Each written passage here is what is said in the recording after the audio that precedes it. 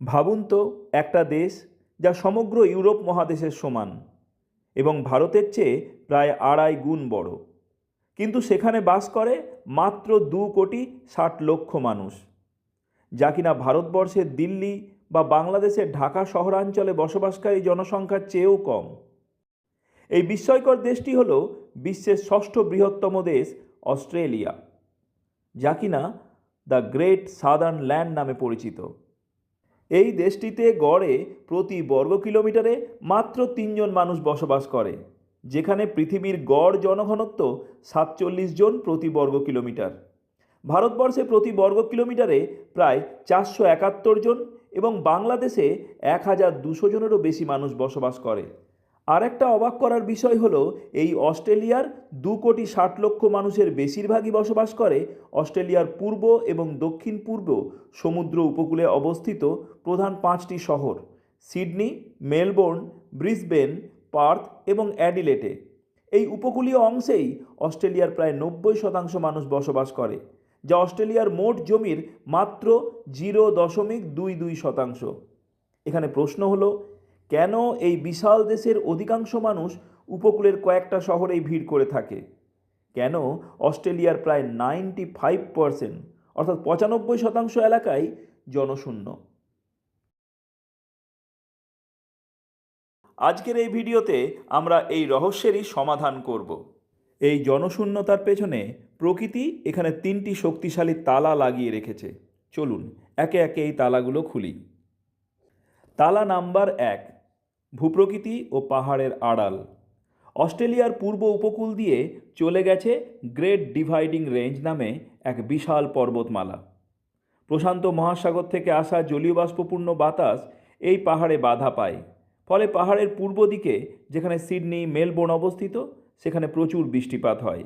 কিন্তু পাহাড় পেরিয়ে এই বাতাস যখন ভিতরের দিকে ঢোকে, তখন তাতে আর জলীয় বাষ্প থাকে না, ফলে বৃষ্টিও হয় না, যার ফলে এখানে সৃষ্টি হয়েছে এক বিশাল শুষ্ক রুক্ষ মরুভূমি, যাকে আমরা বলি আউটব্যাক। তালা নম্বর 2, সুপ্রাচীন ভূখণ্ড। অস্ট্রেলিয়ার এই ভূখণ্ড কয়েক লক্ষ বছরের পুরনো। সুপ্রাচীন কাল থেকে এখানে বিভিন্ন প্রাকৃতিক শক্তি ক্রমাগত ক্ষয়কার্য চালিয়ে গেছে, ফলে এখানের বিস্তীর্ণ ভূমিভাগ প্রায় সমতল। বৃষ্টি ঘটানোর মতো এখানে কোনো সুউচ্চ পর্বতশ্রেণী নেই। অন্যান্য মহাদেশে যেমন নদী, হিমবাহ, আগ্নেয়গিরির কাজের ফলে খনিজ সমৃদ্ধ নতুন মাটি তৈরি হয়, অস্ট্রেলিয়ায় তা হয়নি। এখানের মাটি পুষ্টিহীন, লবণাক্ত বা নোনতা, ফলে মাইলের পর মাইল এখানে জমি পড়ে আছে, যেখানে ফসল ফলানো বা চাষবাস করা অসম্ভব। আর খাবার নেই মানেই সেখানে মানুষের বসতিও নেই। তালা নম্বর 3, জলের চরম অভাব। অস্ট্রেলিয়ার পশ্চিম উপকূল বরাবর আন্টার্কটিকা থেকে আসা শীতল সমুদ্র স্রোত প্রবাহিত হওয়ায় তাতে জলীয় বাষ্প বিশেষ থাকে না, ফলে মেঘ সৃষ্টি বা বৃষ্টির সম্ভাবনাও থাকে না। অপরদিকে অস্ট্রেলিয়ার ওপর ক্রান্তীয় উচ্চচাপ বলয় অবস্থান করে, ফলে এখানের বায়ু ওপর থেকে নিচে নামে, তাই তাতে জলীয় বাষ্প বিশেষ থাকে না।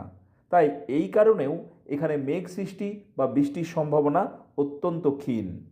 আবার মহাদেশের মাঝে কোনো বড় নদী নেই। ভারতের গঙ্গা বা ব্রহ্মপুত্রের মতো কোনো নিত্যবহ নদী না থাকায় অস্ট্রেলিয়ার কেন্দ্রবিন্দু বা ডেড হার্ট পুরোপুরি শুষ্ক। এখানে তাপমাত্রা প্রায় 45 ডিগ্রি থেকে 50 ডিগ্রি সেন্টিগ্রেড পর্যন্ত হয়। এখানের বায়ু অত্যন্ত উষ্ণ ও শুষ্ক, আর তাই প্রচণ্ড তাপে এখানে টিকে থাকা সাধারণ মানুষের জন্য প্রায় অসম্ভব। প্রকৃতির এই কঠিন চ্যালেঞ্জের সাথে যোগ হয়েছে মানুষের সুদীর্ঘ ইতিহাস।